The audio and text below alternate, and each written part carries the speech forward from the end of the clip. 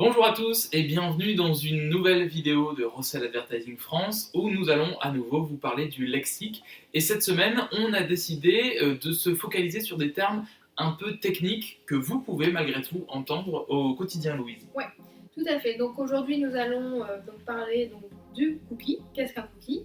Ensuite, nous allons aussi vous détailler ce qui est l'ad-server et aussi vous détailler peut-être ce qui est l'adblock parce que nous entendons beaucoup parler depuis quelques temps, même quelques années.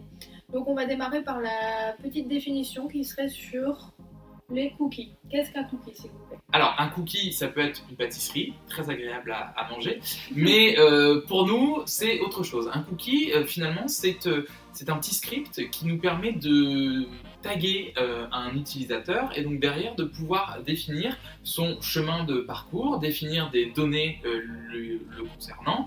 Et c'est grâce à ce cookie que l'on peut savoir quelle page il a visité, mais aussi derrière pouvoir vendre de la data, par exemple, savoir quel âge il a, où est-ce qu'il est situé, de manière géolocalisée.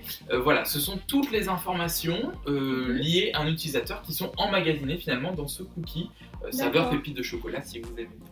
D'accord, donc si je vais sur un site de chaussures pour femmes, ils vont savoir que j'aime les chaussures pour femmes et ils vont savoir plus ou moins quel âge je vais avoir. Et c'est pour ça que des fois, sur nos sites, vous pouvez avoir une pub qu'on appelle en retargeting, qui permet de dire « Oh, vous êtes allé sur justfab.com, je ne fais pas de pub. Regardez, vous n'avez pas encore validé votre panier, c'est grâce à ces cookies. » Très bien. Okay. Voilà. Alors, on vient de dire, hein, on a de la pub. Comment est mise en ligne la publicité, Louise? Grâce à un ad-server. Ah, qu'est-ce que l'ad-server? Alors, l'ad-server, c'est un outil que nous utilisons chaque jour, donc Vincent et moi. C'est ce qu'il faut quand même savoir. Nous, en fait, ça nous permet de mettre en ligne les publicités. Donc, les campagnes publicitaires que vous vendez sont mises grâce à un ad-server. Cet ad-server calcule le nombre d'impressions et aussi par rapport au jour que vous avez vendu. Nous, on insère tout dans cet ad-server qui va ensuite diffuser la publicité où vous l'avez vendue.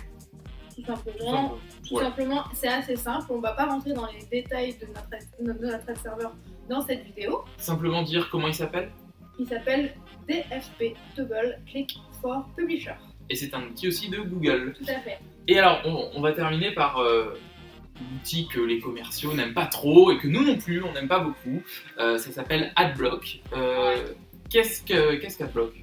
C'est un bloqueur de publicité. En fait, de plus en plus d'internautes utilisent AdBlock. Donc, c'est l'outil qui va servir à ce que l'on bloque certaines campagnes publicitaires.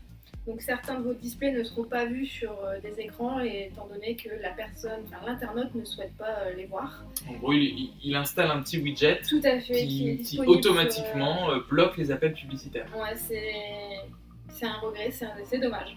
Mais pour le coup, on ne peut rien faire et ça existe et ça existera toujours. Et bien voilà, vous avez eu donc les 3 termes techniques du lexique liés à toute cette technicité, à savoir l'adblock, l'adserver ou encore les cookies. À très vite et à la semaine prochaine surtout pour une nouvelle vidéo. Ciao. Ciao.